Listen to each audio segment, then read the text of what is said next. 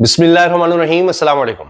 America ने पाकिस्तान के 4 इदारों पर पाबंदी लगा दी है और इल्जाम यह है कि ये बैलिस्टिक मिसाइल प्रोग्राम में हिस्सा ले रहे थे। कोई भी कंपनी, अमेरिकी कंपनी अब इनसे काम नहीं कर सकेगी। ये 4 इदारे कौन से हैं, पाबंदी की वजह क्या है, इस पर अमेरिकी महकमा खारजा की तरफ से भी बयान जारी किया गया है। अब पाकिस्तान ने भी इसका जवाब दिया है। पाकिस्तान ने बैलिस्टिक मिसाइल प्रोग्राम से मुतालिक अमेरिकी पाबंदियों को मुतस्सिबाना करार दे दिया है और कहा है कि ये पाकिस्तान के दिफा के लिए प्रोग्राम है। और ये जो 4 कंपनियों पर पाबंदी है, इस पर कहा है कि अमेरिकी फैसला मुतस्सिबाना पाकिस्तान की स्ट्रेटेजिक सलाहियतों का मकसद जनूबी एशिया में अमन और इस्तेहकाम को बरकरार रखना है। और अब ये कि जी हमारा जो प्रोग्राम है कि जी अमेरिका कहता है कि ये खित्ते में अमन के लिए खतरा है, दूर मार करने वाले मिसाइल प्रोग्राम के हवाले से उन्होंने कहा है। और अब ये इदारे अमेरिकी पाबंदियों की जद में आ गए हैं।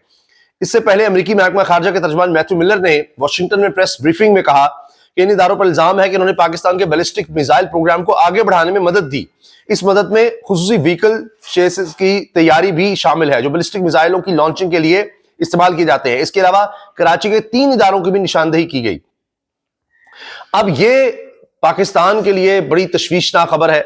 आप इसकी तफसील भी जरा सुनिए, इस पर बात करते हैं। अमेरिका ने पाकिस्तान के 4 इदारों पर बैलिस्टिक मिसाइल प्रोग्राम में मदद देने का इल्जाम लगाकर पाबंदी लगा दी है।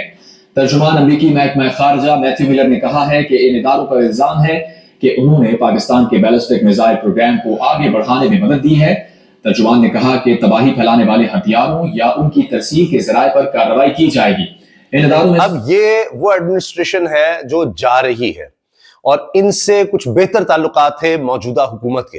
अब इतनी नालायक हुकूमत है कि दौरे बहुत है लेकिन कोई ढंग का काम नहीं किया। कोई इस तरह की लॉबिंग नहीं है पाकिस्तान के दिफाई प्रोग्राम के हवाले से, पाकिस्तान के लिए। इनको सिर्फ और सिर्फ इस हुकूमत को खपत है, इसको नफरत है, इसके आगे ये अंधी हो चुकी है। इसको सिवाय इमरान खान के, तहरीक इंसाफ के, उनके खिलाफ कार्रवाइयों के कुछ नजर नहीं आता, कोई फिक्र नहीं है। और आप देखिए कितनी बड़ी ये तशवीशनाक बात है पाकिस्तान के दिफाई प्रोग्राम के लिए कि 4 इदारों पर पाबंदी लगा दी अमेरिका ने और ये कुछ नहीं कर रहे। वजीर खारजा जो है, वजीर खारजा बनना ही नहीं चाहते थे, डिप्टी प्राइम मिनिस्टर तो बन गए साहब साहब। वो मईशत पर ज्यादा इंटरेस्ट रखते हैं और अब तो पूरी की पूरी गवर्नमेंट, वो नवाज शरीफ साहब भाग रहे हैं कि हम तो गवर्नमेंट ही लेना चाहते थे, वो हर जगह जाकर अब इनकी दौड़े लग रही। नहीं, हमें जबरदस्ती दे दिया था। मियां जवेद लतीफ जो अनडिक्लेयर्ड तर्जुमान है मियां नवाज शरीफ के, वो खुद भी इस तरह की बात करते हैं और वो फैसल वाडा भी कह चुके हैं कि ये मियां नवाज शरीफ का कैंप है। वो यही बात आज भी उन्होंने प्रोग्राम्स में यही शुरू किया हुआ काम। इस्लामाबाद का नेशनल डेवलपमेंट कॉम्प्लेक्स शामिल है, जबकि कराची में इस्लामाबाद का नेशनल डेवलपमेंट कॉम्प्लेक्स है और इसके अलावा कराची की 3 कंपनियां हैं पर भी पाबंदी लगाई गई है। इनमें Akhtar and Sons, Affiliates International और रॉक साइड एंटरप्राइज शामिल हैं। तर्जुमान ने कहा कि अमेरिका जौहरी फैलाव और उससे वाबस्ता सरगर्मियों के खिलाफ कार्रवाई जारी रखेगा। अमेरिका ने पाकिस्तान, ये 4 इदारे हैं पाकिस्तान के जो इन पाबंदियों की जद में आ गए हैं। इस पर आप देखिए, इमरान रियाज खान ये कहते हैं कि अगर कोई पाबंदी लगानी थी अमेरिका ने तो वो हुकूमत की तरफ लगा सकता था, लेकिन ये तो 25 करोड़ अवाम के साथ जुल्म है, ज्यादती है। ये पाकिस्तान पर क्यों पाबंदी लगाई है? हुकूमत के खिलाफ कुछ आप करते, आपने पूरे पाकिस्तान को इसकी लपेट में ले लिया है और ये हमारे दिफा के लिए बड़ा जरूरी था। क्योंकि ज़ल्मे खलील साहब ने लिखा कि जो अफगानिस्तान में खुसूसी नुमाइंदे रहे हैं और हो सकता है अब भी ट्रंप की टीम का हिस्सा हो, कि Pakistan government deserves sanctions and diplomatic pressure because it brutally used force against and even massacred peaceful demonstrators and it is using lawfare the misuse of the legal system for political purposes. कि हुकूमत पर पाबंदियां लगनी चाहिए पाकिस्तान हुकूमत पर, क्योंकि ये जुल्म करती है, अपने लोगों पर गोलियां चलाती है, तो हुकूमत पर लगाए ना। आपने पाकिस्तान के दिफा के हवाले से इस तरह की खबरें लगा दी हैं, इस तरह के इक़दाम कर दिए हैं और अब ये हर जगह यही खबर इस वक्त सबसे बड़ी खबर बनी हुई है। इसके अलावा अब भारत में भी इस पे ज़ाहिर है खुशियां मनाई जा रही हैं। अमेरिका का पाकिस्तान के बैलिस्टिक मिसाइल प्रोग्राम पर मजीद पाबंदियों का ऐलान, ये देख लीजिए, ये जब खबर आई तो जियो पर भी इसको हाईलाइट किया जा रहा है। जियो के हवाले से हम आगे भी बात करेंगे कि वो अभी भी उनको रिचर्ड ग्रनेल ही याद है, वो उनके हवाले से क्या चल रहा है वो अगली वीडियो में हम बात कर लेंगे। अमेरिका का पाकिस्तान के बैलिस्टिक मिसाइल प्रोग्राम पर मजीद पाबंदियों का ऐलान, ले जी। अच्छा, अब दूसरी तरफ ख्वाजा आसिफ साहब अल मशहूर वेंटिलेटर सरकार, انہوں نے کیا کہا ہے؟ عمران خان کی رہائی کے لیے امریکی کال آئی تو ملکی مفاد میں فیصلہ کریں گے، خواجہ آصف نے یہ کہا ہے، کیونکہ منصور علی خان صاحب نے کہا جی کیا آپ ایبسولوٹ، یہ دیکھیے ازیومنگ آپ سے گفتگو کرنے کے بعد کہ اب اگر ڈونلڈ ٹرمپ یا اس کی انتظامیہ سے کسی نے پاکستان کو کال کی، لیٹس سے اسحاق ڈار صاحب کو بھی فارن منسٹر کال کی یا پرائم منسٹر کو کال کی اور کہا کہ جناب عمران خان صاحب کو چھوڑ دیں، تو پھر آپ لوگوں کی طرف سے جواب آئے گا کہ جی ایبسولوٹلی ناٹ. یہ دیکھیے کہ آپ ایبسولوٹلی ناٹ کہہ دیں گے کہ نہیں ہم نہیں چھوڑ رہے عمران خان کو. بڑا سادہ سا سمپل سوال، چھوٹا مختصر، اس کا جواب. دیکھیں ہم جو بھی فیصلہ کریں گے، میں اس قسم کے فلمی ڈائلاگ میں نہیں بلیو کرتا، لیکن ہم جو بھی فیصلہ کریں گے پاکستان کے انٹرسٹ میں کریں گے، پاکستان کے مفادات میں ٹکراؤ ایبسولوٹلی ناٹ نہیں کہیں گے. جو مفاد میں فیصلہ ہوگا، جہاں پاکستان کو ٹکراؤ ہوگا وہ کریں گے. تو پھر یہ میزائل پروگرام کا بھی کچھ کر لیتے. 4 اداروں پر پابندی آپ نے لگوا دی ہے، کوئی آپ کی لابنگ نہیں، کوئی کچھ نہیں. آپ نے سب کو یعنی سب اداروں کو صرف ایک کام کے لیے استعمال کیا ہے، اور وہ ہے تحریک انصاف کے خلاف، بس عمران خان کے خلاف. اور آپ لوگوں کو ہوشری اب سزا دلوا دو، اب فلاں کو پکڑ دو، کریک ڈاؤن کر دو. ہر سطح پر توجہ اور کوئی نہیں. زندگی میں دیکھیے فوکس بہت اہم چیز ہوتا ہے. آپ کا جس چیز پر فوکس ہوگا آپ اس میں آگے بڑھ سکتے ہیں. اگر آپ فوکس نہیں رکھیں گے اس میں آگے نہیں بڑھ سکتے. تو انہوں نے فوکس صرف یہی رکھا. اب دوڑیں لگی ہوئی ہیں، اب بھاگ رہے ہیں، یعنی بالکل جس طرح ہوتا ہے نا جوتیاں چھوڑ کر بھاگنا، وہ صورتحال ہے. وزیر برائے سہولت کار میاں جبل لطیف ان پر تنقید کر رہے ہیں جی لوگ سوشل میڈیا پر، کہ وہ کہتے ہیں کہ جی اگر ہم اب یہ دیکھیں نا ڈیل، اگر ہم پیچھے ہٹ جاتے ہیں تو کوئی اور آگے آ جائے گا، یہی تو مسئلہ ہے اب.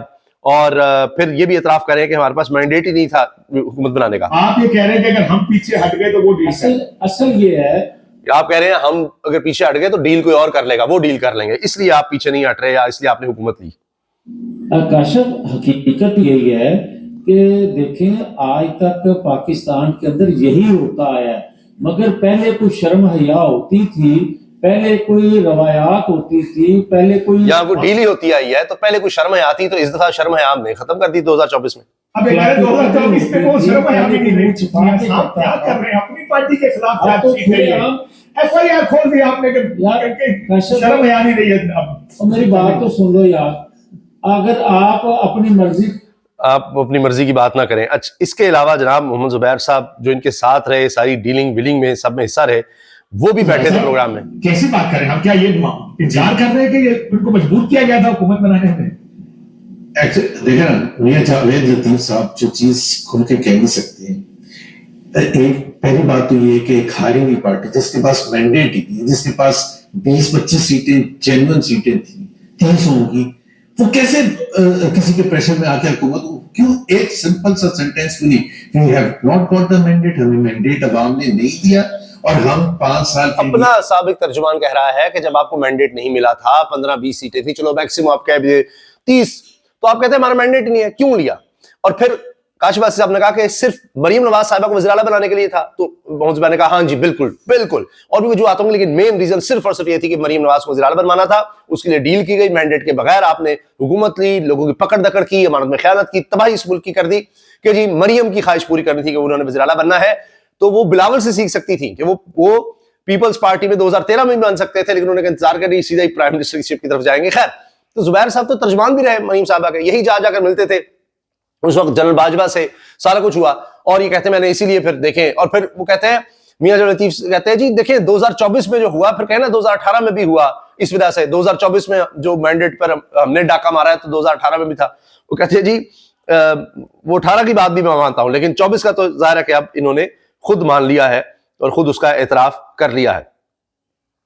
یہ ہے ان کی کارکردگی، یہ ہے ان کی سوچ. اب جس طرح سے یہ سب کچھ ہو رہا ہے، یہ آخر میں دوبارہ اگر میزائل پروگرام پر بات کریں تو انیک ناجی صحافی لکھتے ہیں مذمت تو سب کرتے ہیں، سوال یہ ہے کہ وزارت خارجہ کی کارکردگی پر بھی کوئی بات ہونی چاہیے یا نہیں، یعنی اسحاق ڈار پر نہیں ہونی چاہیے. جی وہ آپ سن نہیں رہے، وہ سمدھی ہیں، وہ نائب وزیر اعظم بھی ہیں، جس طرح مریم صاحبہ وزیر اعلیٰ ہیں پنجاب کی سب سے بڑے صوبے کی، تو وہ تو کچھ غلط ان کو نظر ہی نہیں آئے گا، وہ کچھ غلط کر ہی نہیں سکتے. ان کی طرف سے تو آپ بھول جائیں کہ کوئی اس طرح کی چیز ہو سکتی ہے، یا وہ اس کو کبھی دیکھیں گے بھی نہیں. وہ سب اچھے ہیں، وہ دودھ کے دھلے ہیں. جو خرابی ہو رہی ہے اس کا الزام بھی آپ عمران خان پر لگا دیں کہ جی اس کی وجہ سے ہی ہو گیا ہے. یہ یقین کریں اس حد تک جائیں گے, یہ کریں گے, حالانکہ وہ ایک بالکل سپریٹ میٹر ہے, یہ بالکل ایک اور چیز ہے, اس کا اس سے کوئی تعلق بنتا نہیں ہے. اجازت دیجیے, اللہ حافظ.